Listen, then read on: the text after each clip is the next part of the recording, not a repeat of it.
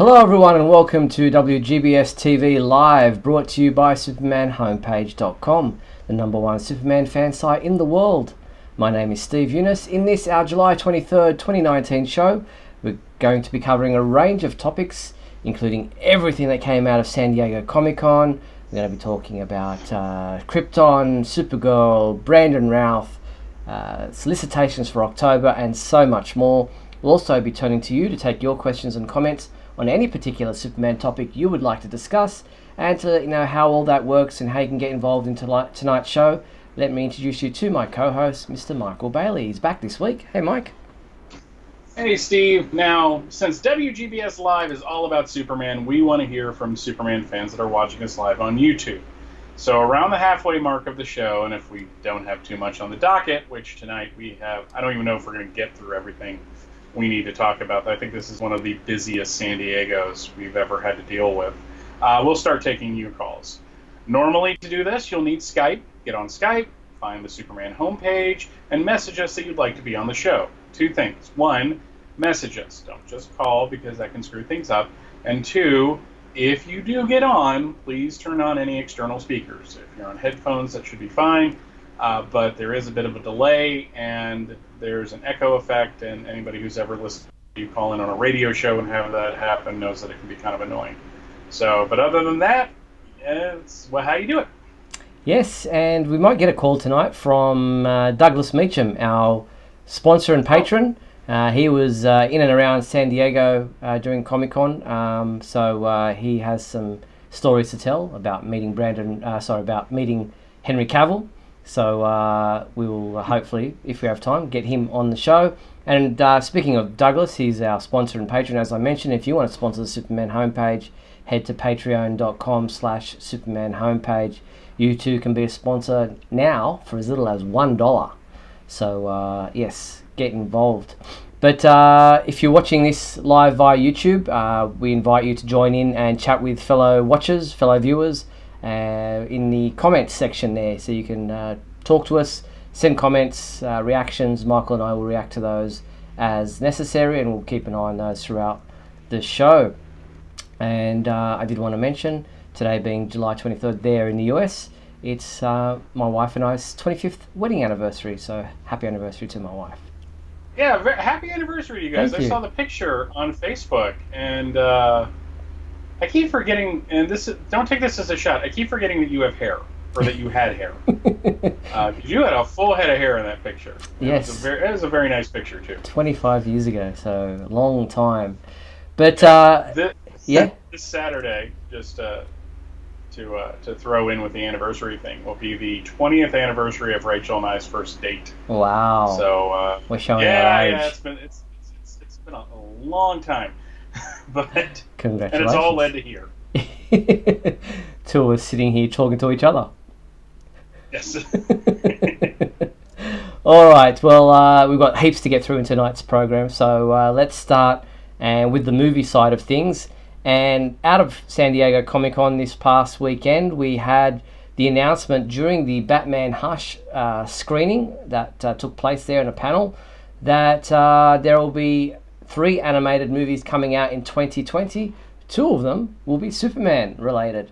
The first will be a animated adaptation of Superman Red Sun, the graphic novel from 2003, which was written by Mark Millar. I'm really curious if they're going to do the ending. 'Cause the ending of that comic was weird. It was... just to spoil it, because the book's been out for like 16 years now. The end of Red Sun in the comics, which is, if you're unfamiliar with it, an Elseworld story that posits that Superman landed in the Ukraine in 1938 when his ship crashed instead of in Kansas. I think it was mid-1950s. He's active in the mid-1950s. Right, yes. So it landed. So anyways, the idea is that he's Superman for the Russians during the Cold War, and the question is, would he still end up being Superman?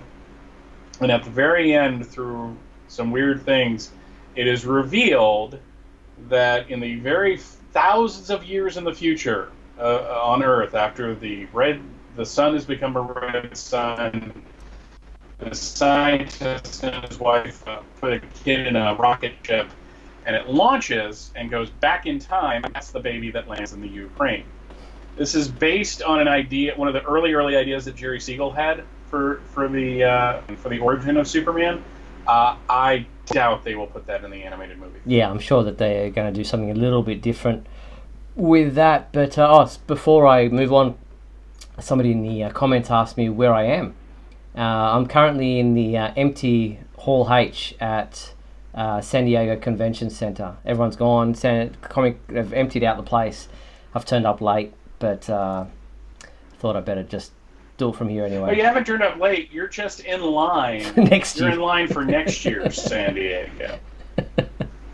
So Superman Red Sun is one of 3 animated movies coming out next year. There will be one in between, but the other Superman movie is a new standalone story, and the movie will be titled Superman Man of Tomorrow, and that will come out towards the end of 2020, and it's going to be a fully original story featuring Superman early in his career. Interesting. Yeah, that's going to be... I mean, I'm not going to turn down another Superman movie, especially since they're doing 2 in a year, which I thought there was a law against, or at least that's the way DC kind of treated it. You know, you get like 15 Batman films, Justice League film, and then, Superman gets one every once in a while. But I'm wondering if the death of Superman and reign of the Superman include the kind of audience for the animated stuff. So an original story is interesting because they've kind of developed, outside of Red Sun, which is obviously going to be its own, it's going to be an Elseworld story. They've kind of developed a continuity for these movies. So is it going to be set in that continuity, or is it going to be completely separate from that? It'll be interesting. I guess we'll find out more as we get closer to that. And, it's not a bad concept, setting a Superman story early in his career. We get all these adaptations of stories that are existing from the comic books where Superman's been in existence for a while. So, this could be something quite good. Looking forward to seeing what they come up with there. But in between those 2 Superman animated films will be a sequel to Justice League Dark, which will be titled Justice League Dark Apocalypse War. And that's a sequel, as I said, to Justice League Dark. That'll come in between. So, looking forward. This is the first time we've had 2 Superman animated films in the 1 year. Yeah, in the 1 year, yes. I guess technically we had 2 within a year last year, but I'm going to be, I'm not going to be that pedantic about it. So that's the Superman movie news. There was a little 7-minute short that we featured on our website the last couple of days called Clark. It's an official selection in the Nantucket Film Festival of 2019. It's about a boy who is being kidnapped for ransom to his parents, and the guy who kidnaps him receives a surprise when he discovers that the boy is much more than he appears to be. I can guess it's a little bit of like Superman meets Home Alone, or Superman meets what's his name? What's that young boy who's always met Dennis the Menace? Clark Kent versus Dennis the Menace. So if you haven't checked it out, it's up on the website. It's just 7 minutes long. It's a bit of a comedic thing, and you can guess where it kind of leads. But it's quite well done. The young actor playing Clark Kent is he's quite good.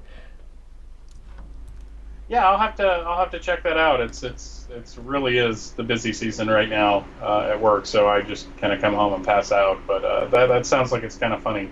Apparently, I'm coming in fuzzy, and I don't know why. Yeah, you're a little bit low resolution in your screen. Not sure why that is. Could be our Skype connection. You're that way in Skype, so it could just be a Skype issue. But important thing is that they can hear you. Okay. So that's Clark. Check it out on our website. All right, moving on to the TV side of things, and before we push on to anything San Diego Comic-Con related, last week's episode of Krypton was titled In Zod We Trust, and Michael J. Petty submitted his review of that episode, giving it a 4 out of 5, saying it was another solid installment with reeling from the effects of last week's shocking twist. Our heroes all felt the effects of Lyta Zod's death in full force.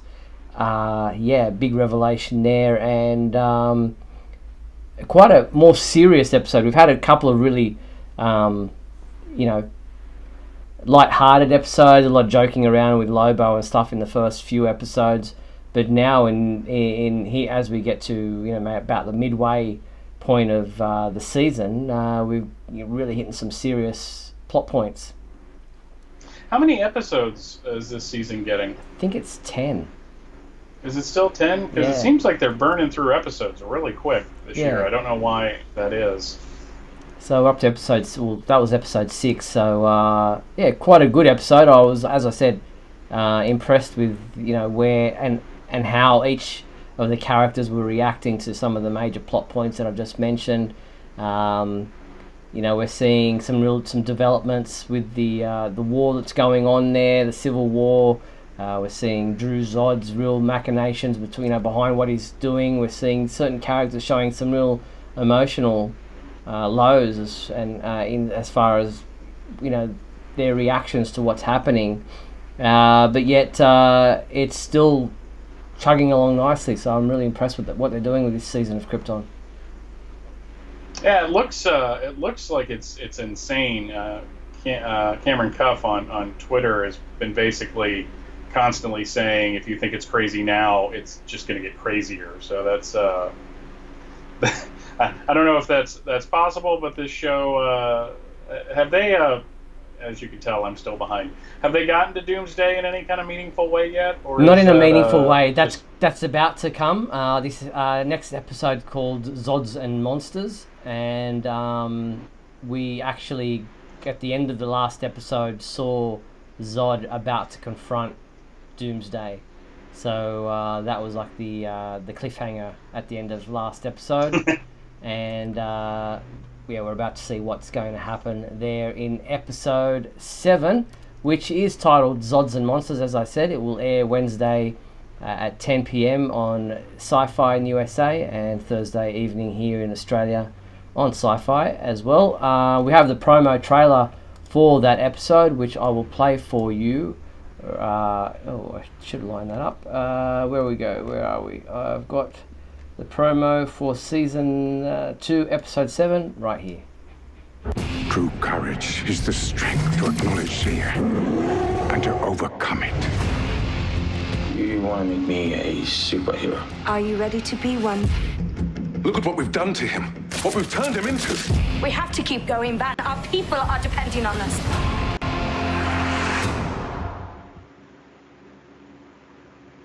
That's the origin, if you like, of Doomsday. Yeah, one of the people behind the show tweeted out that Doomsday Hunter Prey was one of their favorite stories, growing up. So they're doing something a little different, but they hope that Dan Jurgens is going to be happy with it, which is kind of nice for a show to actually, want to do something good with a Dan Jurgens concept instead of, making the villain. Justin in the comments is asking, who's from Australia, is asking when Krypton is on here in Sci-Fi. It's I think it's 7:30 Thursday evening on Sci-Fi, and it's repeated multiple times over the next day and a bit. So if you're never sure of what's on around the world, especially in USA and Australia, check out weekly Superman on TV column that I post up on the website, which lists exhaustively what's coming up in both in US and Australia for Superman related viewing, and you'll see it in there.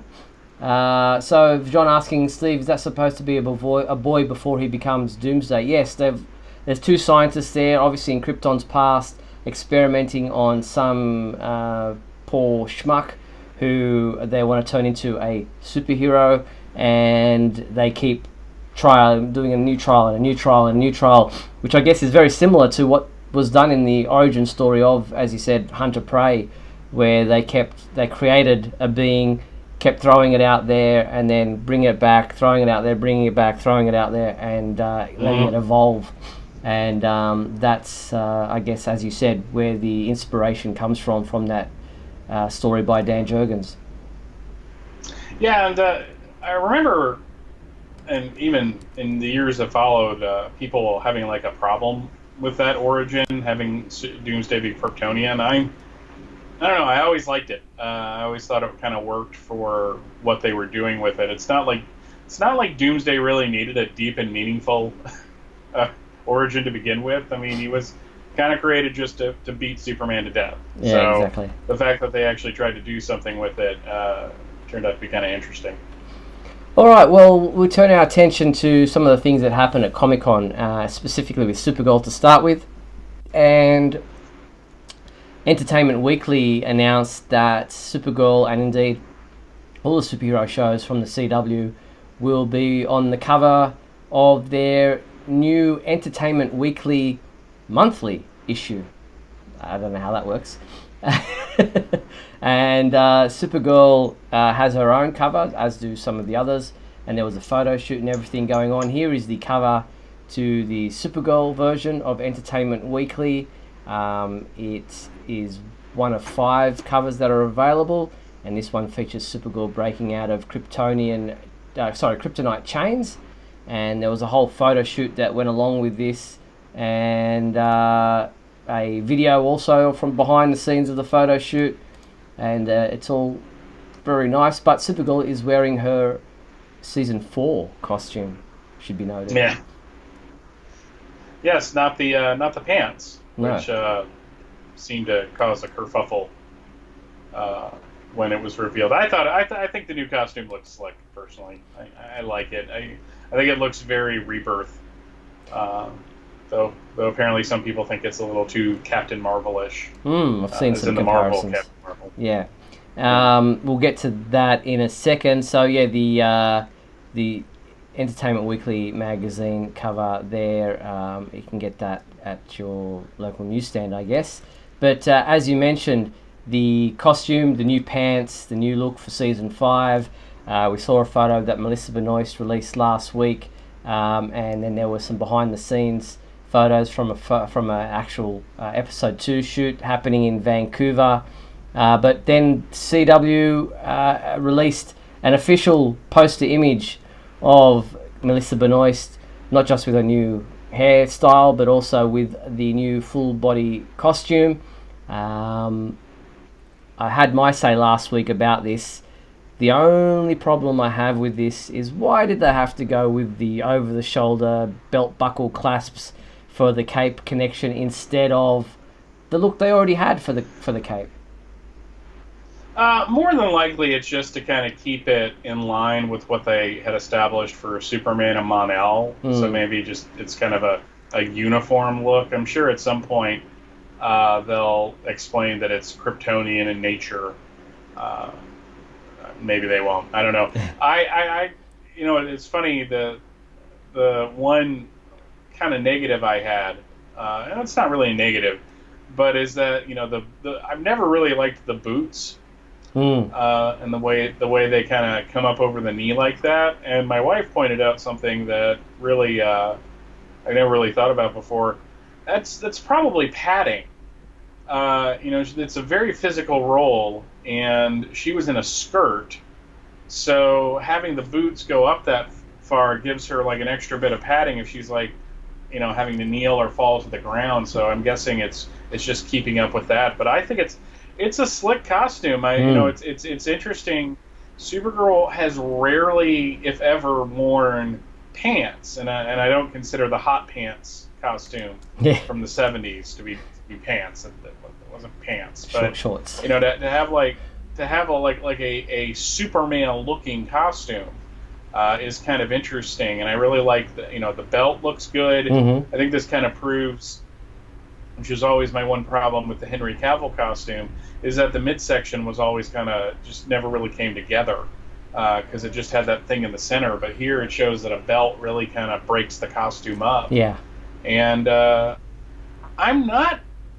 This is going to be the weirdest thing because rarely do we talk about hair on this show. But I don't know how I feel about the bangs. She, when I first saw her, I was trying to put my finger on who I thought she looked like, and there's a show called Leverage that was on several years ago on TNT, and there was a character on it named Parker who had a very similar haircut. So now I'm thinking that she looks like that actress from Leverage. But I think it's fine. I mean, it's there's little they could do to make it look bad, in my opinion, because the skirt costume worked, but I think going with pants in the future and kind of getting rid of the skirt will more than likely make it easier for her to film outside in Vancouver in the winter. Yeah, and that's pretty much what they've said in interviews that took place during Comic-Con was, once they moved the things when it was at CBS in Los Angeles, they then moved to Vancouver, where it's a lot colder to shoot, and that started to become an issue and became a discussion point over a couple of seasons until they've gotten to this point where they've decided, yes, let's go with the full body costume, and I quite like most of it. And in this particular photo released officially, it's got some great elements to it, and it looks good. So looking forward to seeing what they do with season 5. And speaking of which, it was revealed that a lot of what they'll be doing this season, or the topic that they'll be focusing on, is the impact of technology on society. And we saw in a sizzle reel, which I'll play shortly, they showed some footage of people all just walking around with their smartphones, not engaging with each other, just blankly staring into their screen as they walk around doing their in their everyday lives, and no one's really paying attention to each other. And so that's the subject matter, if you like, of season 5 to some extent. In a quote from Robert Rovner and Jessica Queller to EW.com, they said, "It's our Black Mirror season. What we're looking at is how technology is impacting the way people engage and giving them an escape not to engage. It seems like nowadays everyone is kind of on their phones or not really present, and so we wanted to speak to that and kind of how it might be hard to live in the ugliness of what's going on, and how a character like Kara can try and help us overcome that. It speaks to a lot of the stuff the characters will be going through." So last season they focused on talking about acceptance, whether it's being of people from another planet, country, or accepting people who are LGBTQ, which I appreciated. That they get heavy-handed at times, but I thought it was necessary. But now we've gone from quote-unquote SJW, which is not how I would ever characterize it, because what's wrong with being a social justice warrior, to sitting on your front yard yelling at the kids to get off of it. I mean, it's an interesting concept, and with Leviathan being the bad guy, and I'm pretty sure that that's one of the ways that Leviathan is going to be coming into it. It's just so strange that their thing is we're on our phones too much. I bet you anything there's going to be ads saying check out stuff on the CW.com. It's just it's not that they don't have a point. It's that, wow, really? Yeah. Well, let's check out the sizzle reel that they posted and released during Comic-Con right now.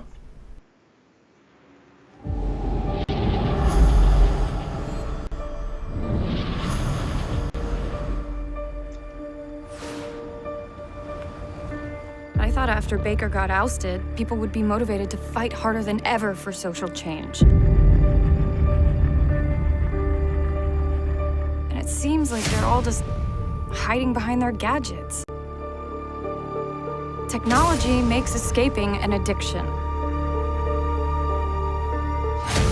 What happened to the simple pleasure of greeting another person with words?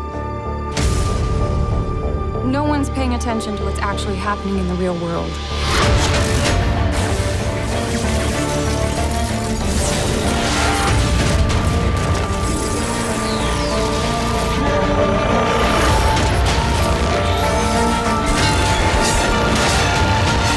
I trust in technology, not people. Not anymore. People are governed by feelings. Anger, hurt, sadness, rage. Your friends have been lying to you from the start. Every last one. Leviathan is coming. This is a special moment in time. We're on the precipice of wondrous things. I'm determined to have Obsidian tech in every household within the year. Obsidian North will change the fabric of what it means to be human. I'm not a villain. I don't want to kill Supergirl. I just want her to experience the same hurt she inflicted on me. And soon enough she will. Kara? Lena, I didn't...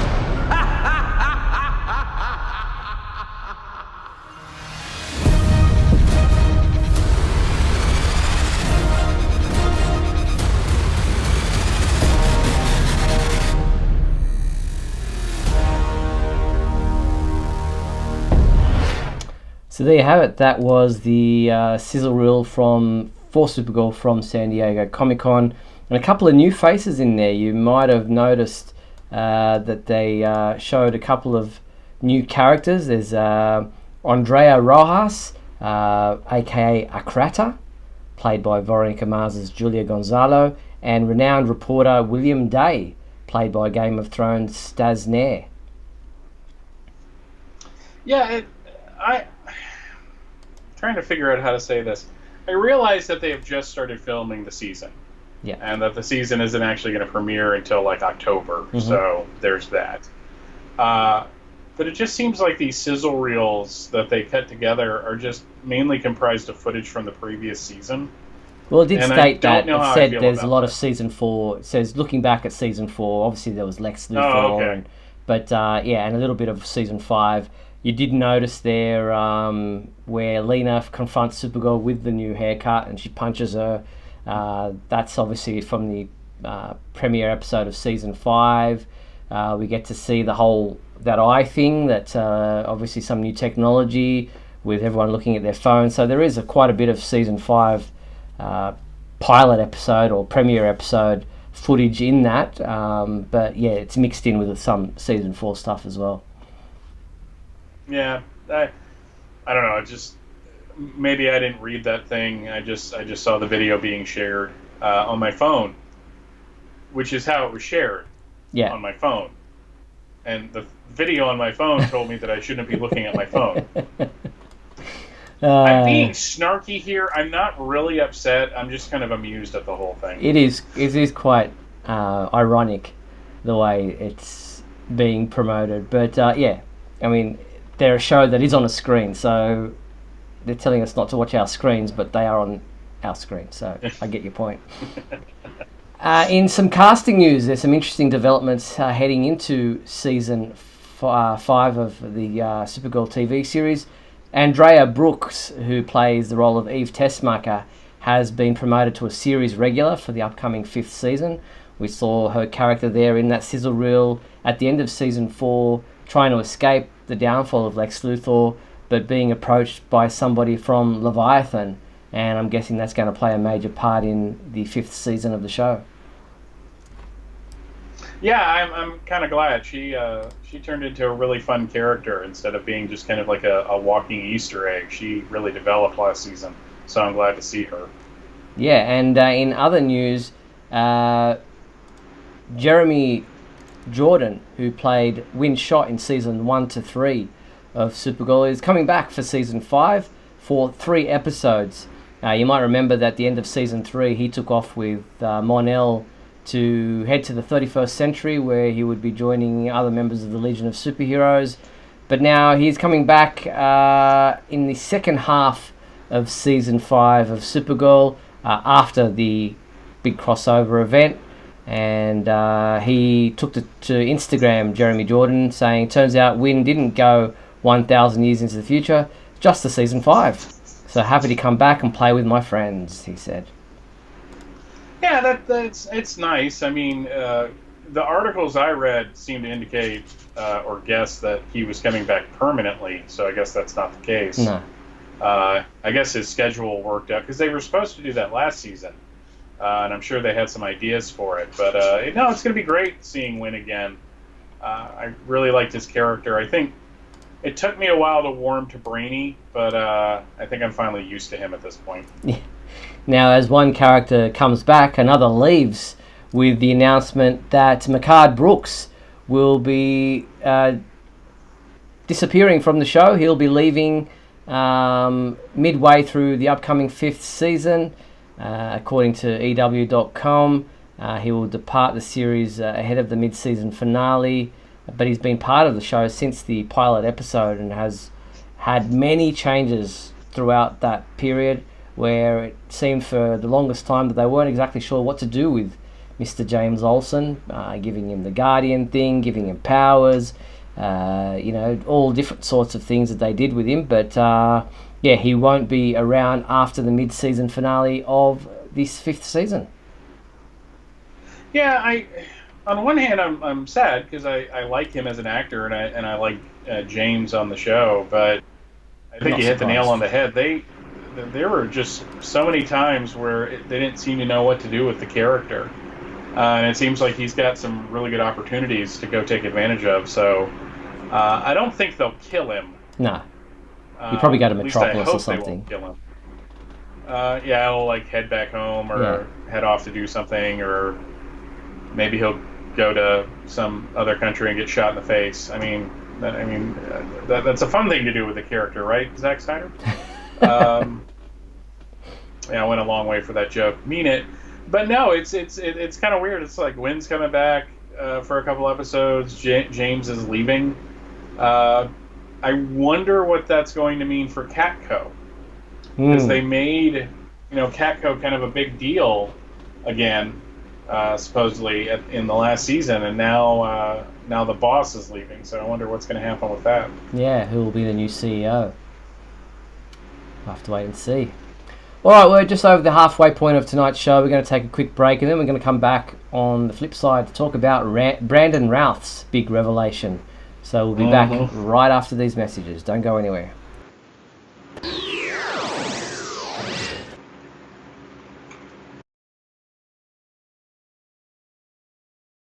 We'll be back in a moment with the exciting climax of today's episode. So stand by.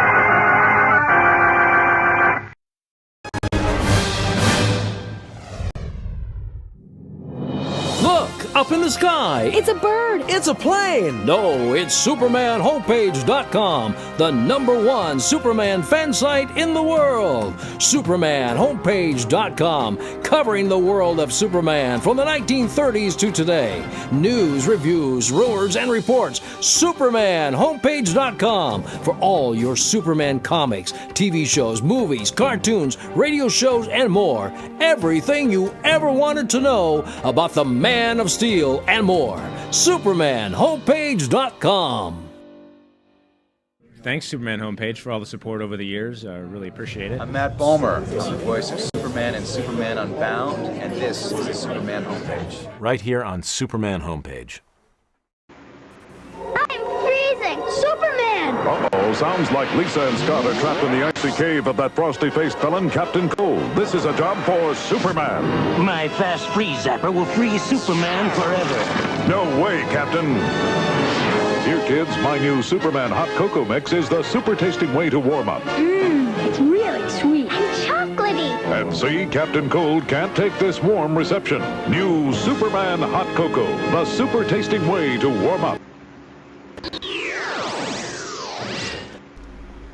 And we're back on WGBS TV Live, where, as Michael explained in the beginning of the show, you can be part of tonight's show by looking to Skype, searching for Superman Homepage, and sending us a message saying you want to be part of the program. Now, as I mentioned before the break, Brandon Routh, who starred as Superman in the 2006. Welcome back, Michael. I was looking at my phone because that's all we do now, right? That's right.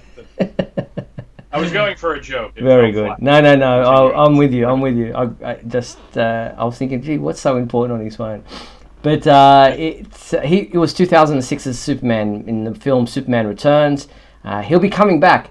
He'll be returning, if you like, as Superman in the upcoming Crisis on Infinite Earths crossover event. He'll be appearing as Superman with Tyler Hoechlin as another Superman. And the rumors that were circulating and pretty much confirmed by Brandon Routh was the fact that he will be playing a Kingdom Come version, if you like, of Superman for this multiverse spanning crossover. What do you think?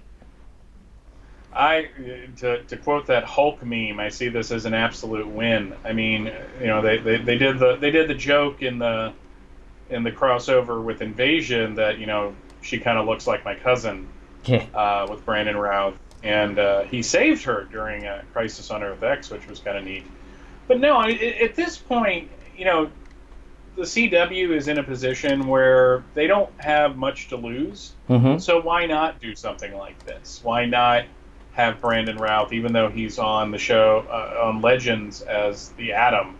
Why not have him come back as Superman? And it's going to be interesting to see him, Ray Palmer, in my brief experience with watching Legends of Tomorrow, has kind of a quirky personality where, for when I was watching him, he was really unsure of himself, and it seemed like last season he was possessed at one point.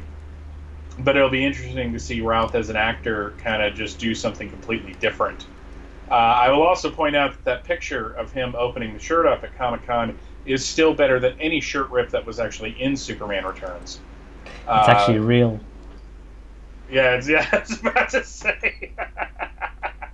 It's not him running down an alleyway and it being an undershirt. No, this is great. This is awesome. This makes it big. This makes it worth it. My only worry is that they're going to bring him in and then immediately kill him like they did with the John Wesley Shipp Flash from the 90s series. It's just like everyone was really excited because they saw the pictures and it looked awesome, and he's there for like 30 seconds and he gets vaporized, and it's just like, I don't really want that. Nah. But they are really going for something big here, and having Routh play Superman again. My other observation is, this is why I love Superman fandom, is that when we are given something, we will always react to that by immediately asking for something else, because every post I saw was just like Brandon Routh, okay, bring back Tom Welling, bring back Dean Cain. It's like, whoa, guys, this is why we can't have nice things. We ask a lot of the CW and Warner Brothers and DC Comics, but to kind of quote the movie High Fidelity, this is like asking for $5 getting turned down and then asking for $50,000 instead. It's just relax. We got something cool. If Dean Cain and them were going to be in it, I doubt they would announce that at Comic-Con. I would save that for later, but if you believe some sites, Tom Welling is coming into it, which is a complete lie. And if it's a website that has the word cosmic in it, then don't believe a thing they say. Or if they assure you that they have it covered, believe me, they do not have it covered. No, it's just, this is great. I think it's going to be amazing. It's going to be, I don't know how involved it's going to be, but, I think I'm looking forward to this now more than I was looking forward to the crossover from last year, and last year's was amazing. So, yeah, and both Routh and Tyler Hoechlin took to Twitter to give their thoughts on the revelation of the news. And Routh wrote, "Honored, humbled, grateful, and still pinching myself," with hashtags of Return of Superman, Superman crossover, etc. And Tyler Hoechlin also took to Twitter and he wrote, "Oh boy, things are about to get interesting. Can't wait to see what's in store. Crossover season is rapidly becoming one of my favourite seasons of the year. enjoy the opportunity more and more each time. It's good to be back, team. Good to be back. And another Superman actor or star as well also took to Twitter with Cameron Cuff, the star of Krypton, meeting up with Brandon Routh during Comic-Con and saying, always good bumping into the grandson. Looking forward to seeing you back in the Cape once more, Brandon Routh. That was really cool. Yeah, it's just, these guys are having fun, and the fact that there's so many of them now, you know, you're going to have stuff like this. I mean, I remember years ago on that Daily Show that Tim Daly did with with his son, where they had like Brandon Routh and, you know, Tim Daly, and they had Dean Cain on the iPad. It was just it's not like it was 20 years ago when there was one guy that played Superman live action on TV and one guy that played him on you know, in the movies. But I will say this: are we not going to pull the Superboys into this? No, John Haymes Newton or Gerard Christopher popping up. Look, you just started the next rumor. You just started the next rumor. Yeah. It's going to pop up somewhere. Is Cameron Cuff wearing a Nightwing jacket? Yes. In that picture, that is awesome. Yeah, he's a big fan. That is an amazing jacket. Wanted to jump to an ET exclusive interview video that Brandon Routh participated in with other members of DC's Legends of Tomorrow cast, where he spoke about getting to play Superman again. And bear with me because I will jump through this video a little bit until we find the right part of where he's talking about Superman. So I'll just skip through this video a little bit as we go. Hey super fans, I'm Leanna Aguilera. So I'm just going to forward a bit. I think it was towards the end here. Have you been missing the cape? Yes. Yeah. I've had very specific talks about if the cape changes, it should still somewhat be the same or have the same one, because there's a certain you know, regality about the weight of it, and if it feels like just a regular cloth, then you don't have that. It affects the movement and the change. I want a cape. I want a cape. So there you have it.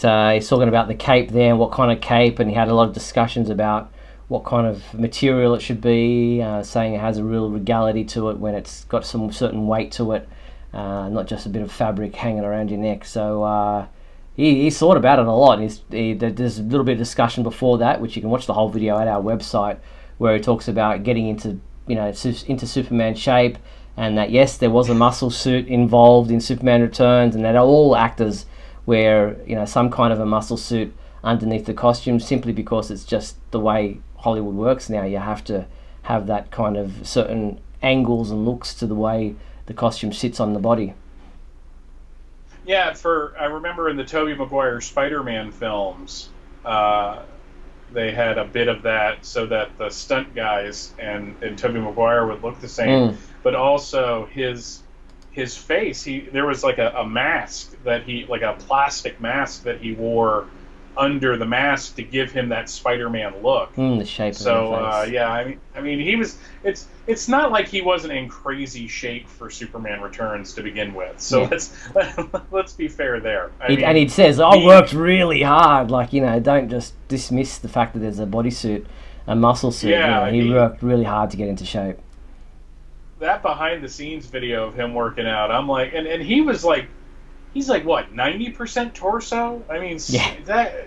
Good Lord, that man has a swimmer's body. So that's why it was interesting seeing him in that T-shirt, because my first reaction when I saw him in the Kingdom Come T-shirt was to yell, "I knew it," at my phone, because I remember around the time of Superman Returns, they're like, well, the S symbol, it didn't look right on Brandon's body, and I'm just like, that's a lie. That's a lie. You just wanted it. The big S was fine. Yeah. So I feel vindicated now. All right. Do we have a caller lined up, Michael? Are we good to go on that side of things, or we push on for? It looks like he is ready. So if you want to bring him in. Okay. I got the thumbs up, so we're good. Okay. So just give me his username exactly the way it is, and I will bring him in on the show, and we will get that sorted shortly.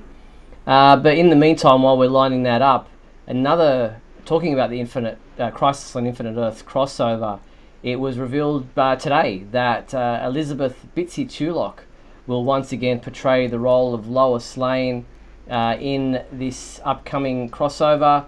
She will be joining her Superman, Tyler Hoechlin, for the Crisis on Infinite Earth's 5-part crossover, which will take place across Arrow, The Flash, Supergirl, DC's Legends of Tomorrow, and Batwoman. And as you might recall, Lois and Superman went off to Argo City because Lois was pregnant with their child and had to get away from a yellow sun, and they went to Argo City, and she'll be back with child in hand. We just don't know yet whether the child will be a boy named John. You know, it'd be interesting if they went with a daughter. Yeah, that would be different. That was, remember that Greg Rucka issue where they had Mixus Pitalik showing them what their future would be like, and they had a daughter? I mean, I'm just excited that everyone's coming back. The Superman and Lois, except for one thing, were kind of my favorite part of the crossover last year because it was just really great seeing him. Now I want to know. I want to know if I want it to be John or not, since he's become such a popular character. Yeah, good point. I don't know. It'd be interested to see what they decide to do. Whether they bring in a Jonathan, as a son. We'll have to wait and see. So just trying to bring in Doug here. I've added him. See if that will call him. Are you there, Doug? It's calling him now. Hopefully he will join us shortly. It says it's calling in. There he is. Hey, Doug, how are you? Great, Steve. Great, Mike. How you guys doing? Doing great. I believe you were in and around San Diego when the convention was on, and had a chance meeting that you want to tell us about. Yeah, as you two both know, I work out here in San Diego. Just feel like you're just out that way with the company I work for, because I'm an Arctic Mariner and my boat is stationed out here. And I just happened to be working out here this year during Comic-Con. And, of course, I didn't have tickets to go into the convention center, unfortunately. But there is plenty of activity going on outside the convention center to keep me busy all weekend. So it was, Friday night, I believe, the same day that Henry Cavill did his interviews and he did his panel for The Witcher there. Mm-hmm. He's there staying at the local hotel, I think it was called the Pendry, and had, of course, no idea that he was there. Trying to find a place to get a drink because all the other places down at the foot of the gas lamp at Fifth Avenue there are all just packed with cosplayers and everybody. So it was the first place I could get into, and lo and behold, there he is across from the bar with his crew and a drink. He's got his bodyguard there, of course. The other casting crew from The Witcher, and it was just great seeing him there. And I was able to go up to him and look at Superman homepage, and he says this is site on a regular basis, and it was great. I got a video. I hope it isn't too creepy, but Yeah. That's so cool that you got to speak to him. I'm just loading up the photo there to load up there, just covering my side of the screen there. So you got a couple of photos. I just loaded one of them up onto the live feed at the moment. So you got to chat to him, and you mentioned the Superman homepage, and you're saying that he still visits the site. Yes, he does. And of course, with the news out there about him possibly not coming back, I had to ask him point blank, will we see you in the suit again? And he just kind of pursed his lips and said, can't talk about it. So I tried to get some information, but of course, he's an immovable object when it comes to that. So he remained tight-lipped. Yeah. Very cool. Well, he's probably signed some kind of non-disclosure agreement too about it. So I would imagine, yeah. I think they want to control that. But yeah, another friend of mine that was there happened to be at the same bar when he was there. It's just weird that all these people I know kept running into Henry Cavill. Very cool. Was there anything else you wanted to share with us, Doug, before we let you go? Well, I also had the pleasure of meeting up with Russell Burlingame. He's a senior writer at comicbook.com. I know Michael knows him. He's done a few podcasts with him, and he's a great guy. And we tried to meet up a couple of years ago, but he was just really busy. But I was able to meet up and have dinner with him before and after the convention. It was like the only times that he was free. So. Yeah, cool. But he did manage to come to the bar as well and get a quick glimpse of Henry before he had to run off and do something else. So I'm glad he was able to do that. Nice. Very cool. Well, I appreciate you calling in, and always good to hear from you, and appreciate you supporting the show, being a patron of the website and of the show. So great to hear from you, and I'm glad that you got a chance to meet Henry Cavill in person and get to talk to him. That was really cool. Yeah. Okay. Cool. Well, thank you guys for having me on the show, and happy anniversary to you, Steve. Thank you very much. Happy anniversary for your first date there, Mike. I appreciate that, Douglas. Thanks a lot. Thanks, Doug. Okay. We'll get you to hang guys. up on your side of things. Thank you very much. Bye. Bye. So that was Doug. Great to hear from him. Appreciate him calling in to share that story with us. It's always cool when you get to meet one of your heroes. Yeah, and it's interesting that people were able to mingle with him like they were.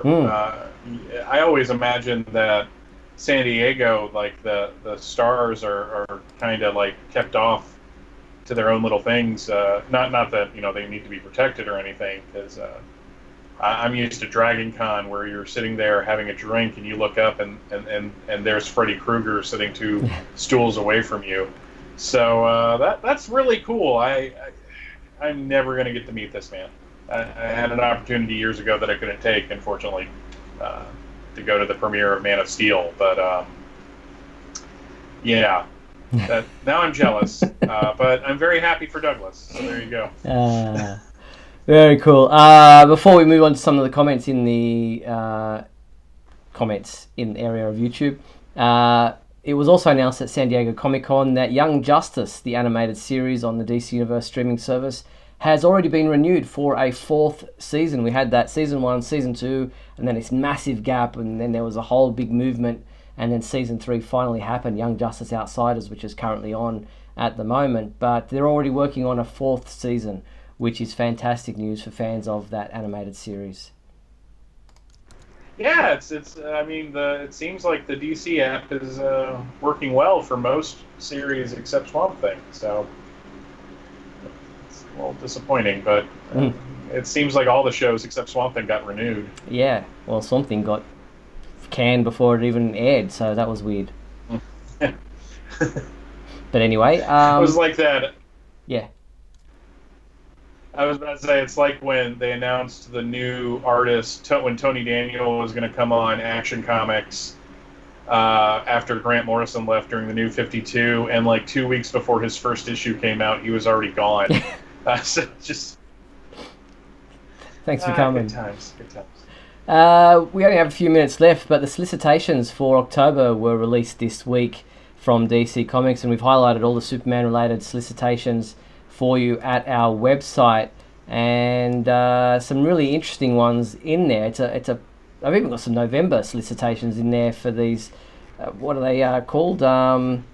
Acetate cover versions of comic books coming out in November. Yeah, that was really weird to see those separated like that. I guess they're really like, you need to order these. These aren't just gonna come. You need to pay extra. So I don't know how I feel. I think cover gimmicks have gotten played out again. So the standard variant cover has been standard for the past like 5 or 6 years now. But I'm not sure how I feel about these acetate things. But yeah, those solicitations. So apparently we can't get a Superman origin without Batman showing up. Thank you, Frank Miller. Yeah. Because it had the solicitation for the 3rd issue of Superman Year 1, and God, I'm mad about this. Like, do you really need the Joker and Batman and Wonder Woman to come in? I mean, isn't setting up Lex Luthor and the Daily Planet enough at this point? I am legit upset about this. Yeah, I can understand that. First issue.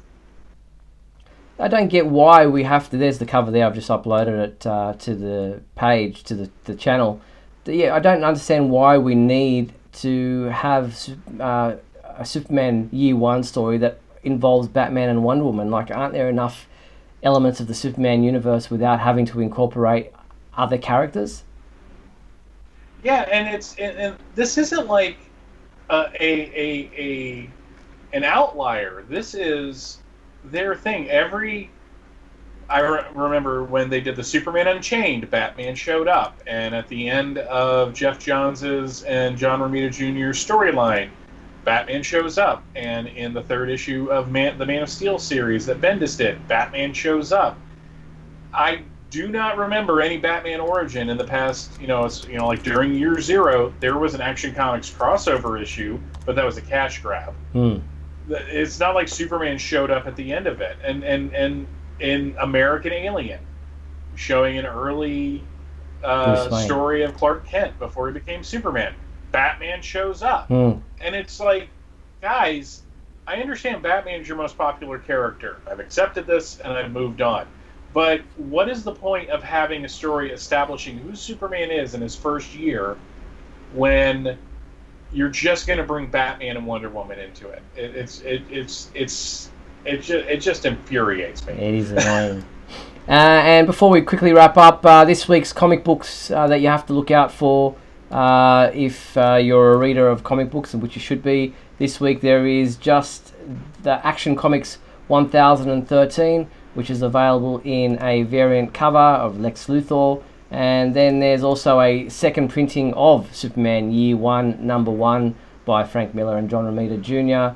And also out this week is a hardcover DC Universe Bronze Age Omnibus by Jack Kirby. That is what is out this week for Superman fans reading comic books. And that pretty much brings us to the end of the show. There were some other things we could have spoken about. Action figures from Fleischer cartoons, DC's Visa card. There was the Nintendo Switch version of DC Universe Online. All these news stories are up on our website if you want to check them out. But for now, that is the end of tonight's WGBS TV live episode. I want to thank everyone for tuning in and watching tonight's show. We want to thank our sponsor and patron, Douglas Meacham. And remember, if you want to sponsor the Superman homepage, head to patreon.com/Superman homepage. Now, the complete 1-hour video of tonight's show will remain available on our website and our YouTube channel if you want to watch it back or perhaps miss part of the show and want to check it out in full. But Michael and I will be back next week on Tuesday, July 30th at 7:30 p.m. Pacific Daylight Time for another edition of WGBS TV Live. Look forward to talking to you then. But for now, thank you, Michael. Appreciate pleasure as always, Steve, if I could speak correctly. So check out supermanhomepage.com for all your daily news updates on everything surrounding the Man of Steel. I'm Steve Eunice. On behalf of myself and Michael Bailey, thanks for watching WGBS TV Live, brought to you by supermanhomepage.com. Bye.